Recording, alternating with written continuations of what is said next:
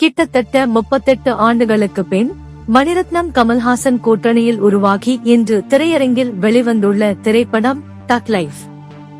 நாயகனுக்கு பின் இவர்கள் இருவரும் இணைந்ததே இப்படத்தின் மீது மிகப்பெரிய எதிர்பார்ப்பை உண்டாக்கியது. மேலும் சிம்பு, திரிஷா, ஜோஜு ஜார்ஜ், அபிராமி, நாசர், அசோக் செல்வன், ஐஸ்வர்யா லட்சுமி என நட்சத்திர பட்டாளமே இப்படத்தில் நடித்துள்ளனர். பெரிதும் எதிர்பார்க்கப்பட்டு வெளிவந்துள்ள இப்படம் நம் எதிர்பார்ப்பை பூர்த்தி செய்ததா என்பதை பார்ப்போம். கேங்ஸ்டர் கமல்ஹாசனுக்கும் போலீசுக்கும் இடையே நடக்கும் தகராறில் சிம்புவின் தந்தை கொல்லப்படுகிறார். சிறு வயதிலேயே தனது தந்தையை இழந்த சிம்பு அதே தகராறில் தனது தங்கையையும் விட்டு பிரிகிறார். தந்தையை இழந்து நிற்கும் சிம்புவை எடுத்து வளர்த்து தனது சாம்ராஜ்யத்தின் இளவரசனாக்கி தனக்கு அடுத்தபடியாக சிம்புதான் என அறிவிக்கிறார் கமல். இந்த சமயத்தில் கமல் மீது திடீரென துப்பாக்கி சூடு நடத்தப்படுகிறது. இதில் காயப்படும் கமல் மருத்துவமனையில் அனுமதிக்கப்படுகிறார். சிம்புதான் இதை செய்தார் என சந்தேகப்படுகிறார் கமல். இதனால் மனமுடைந்து போகும் சிம்பு கமல்ஹாசன் மீது இருந்த நம்பிக்கையை இழக்கிறார்.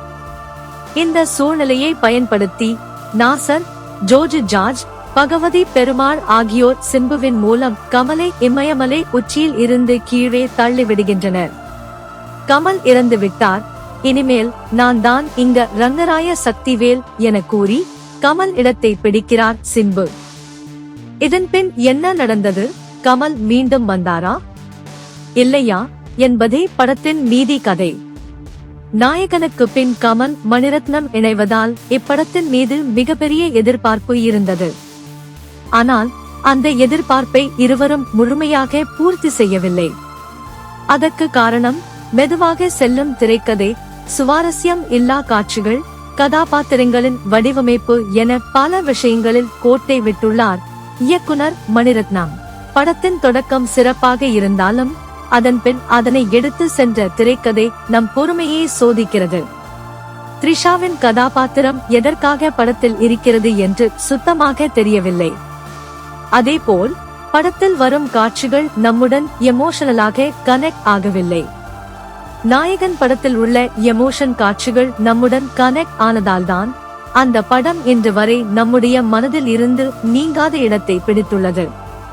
அந்த எமோஷனல் கனெக்ட் இப்படத்தில் எந்த ஒரு இடத்திலும் இல்லாமல் மிகப்பெரிய மைனஸாக அமைந்துள்ளது. மேலும் மணிரத்னம் படம் என்றாலே வசனங்கள் மனதை தொடும். ஆனால் அப்படி எதுவும் இப்படத்தில் இல்லாதது வருத்தம். கமல்ஹாசன் மற்றும் சிம்பு இருவரும் தங்களது நடிப்பில் படத்தை முழுமையாக தாங்கி நிற்கின்றனர். குறிப்பாக சண்டை காட்சிகளில் இருவரும் பட்டையை கிளப்பி விட்டனர். அதற்கு ஸ்டண்ட் மாஸ்டர்ஸ் அன்பு அறிவுக்குதான் பாராட்டுகளை தெரிவிக்க வேண்டும். ஒவ்வொரு சண்டை காட்சியையும் வெறித்தனமாக செதுக்கியுள்ளனர். அதேபோல் ஜோஜு ஜார்ஜ், அபிராமி ஆகியோரின் நடிப்பு நன்றாக இருந்தது. இவர்களை தவிர்த்து மற்றவர்களின் யாருடைய கதாபாத்திரமும் ரசிக்கும்படி இல்லை. இயக்குனர் மணிரத்னம் தான் நம்மை ஏமாற்றி விட்டார் என்றால் AR ரஹ்மானும் நம்மை கைவிட்டு விட்டார்.